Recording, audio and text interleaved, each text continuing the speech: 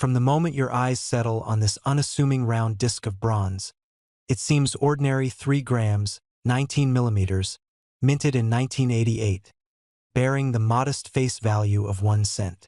Yet imagine, it has lived through decades of change, witnessed the shifting tides of South African history, and now it whispers secrets to those who know how to listen. This coin belongs to a series first introduced in 1965, when South Africa switched to a decimal currency system. The 1-cent piece of that era replaced the older penny, shrinking in size and changing in material. Over the years, the design evolved. Early versions bore Jan van Riebeek's portrait. Later ones adopted the bold new national identity with the South African coat of arms and bilingual legends.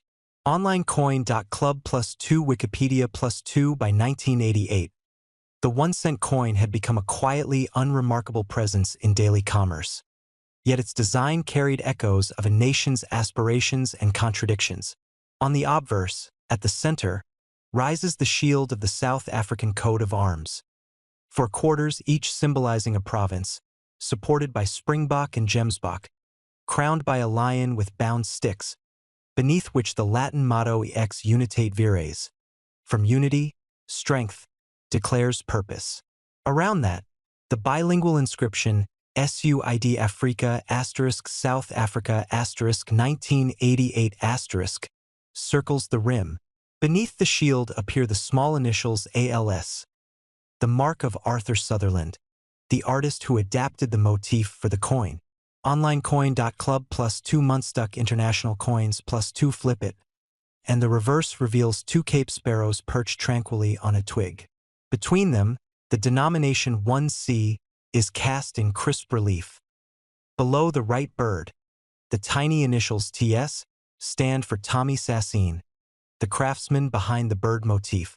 That simple iconography, 2 sparrows, is more than decoration. It connects the national identity to the everyday natural world, reminding the observer that even in grand symbols, ordinary life must have its place. Wikipedia +3 Currency Wiki +3 Online Coin Club +3. The coin's physical specifications are modest but telling.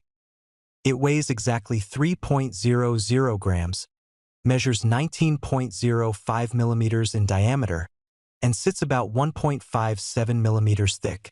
It is made of bronze, a composition of copper, about 95%, tin, and a dash of zinc.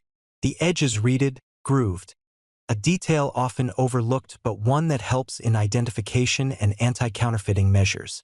The coin was minted without a mint mark in the official Centurion Mint.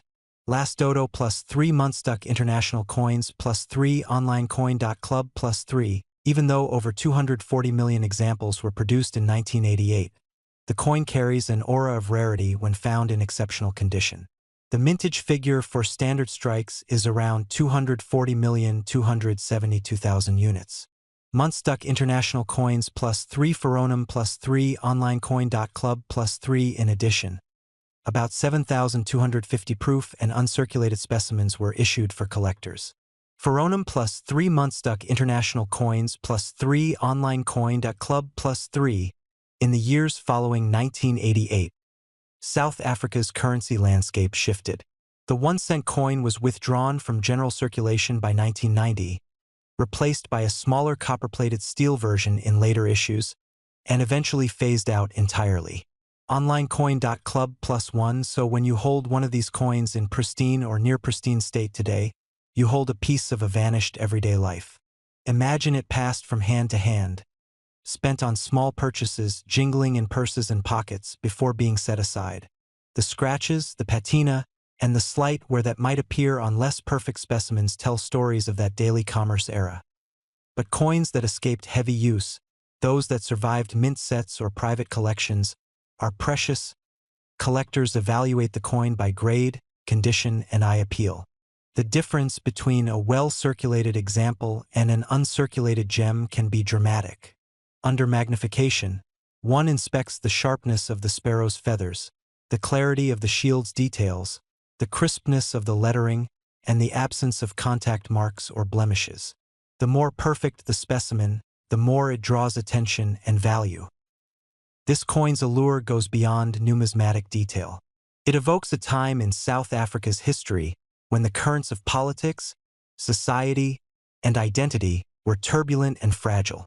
South Africa in the 1980s lived under international pressure, shifting policies, and internal debates about unity, identity, and sovereignty. Currency becomes part of that story, not just as medium of exchange, but as a symbol of legitimacy, unity, and national narrative. A coin minted in 1988 carries silent witness to the final years before dramatic transformations. Now, imagine a presentation to viewers that begins with this coin resting softly on black velvet. The camera zooms in to highlight the coat of arms, the delicate details of the sparrows, the gleam of untouched bronze. A voice narrates, "This is more than a cent. It's a time capsule." Then unfold its story. Design origins, political context, mint run, how many survive, how collectors hunt for the pristine FEW.to sustain interest. The script might weave in small vignettes.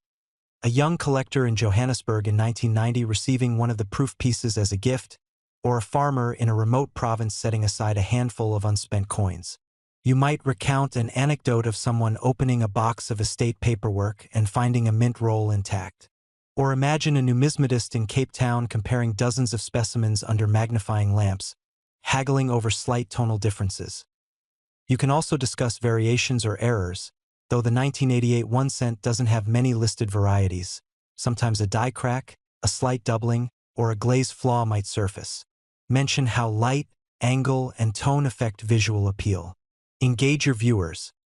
Ask them to imagine where such a coin might have been in 1988, spent in Cape Town's markets, or trading hands in rural stores.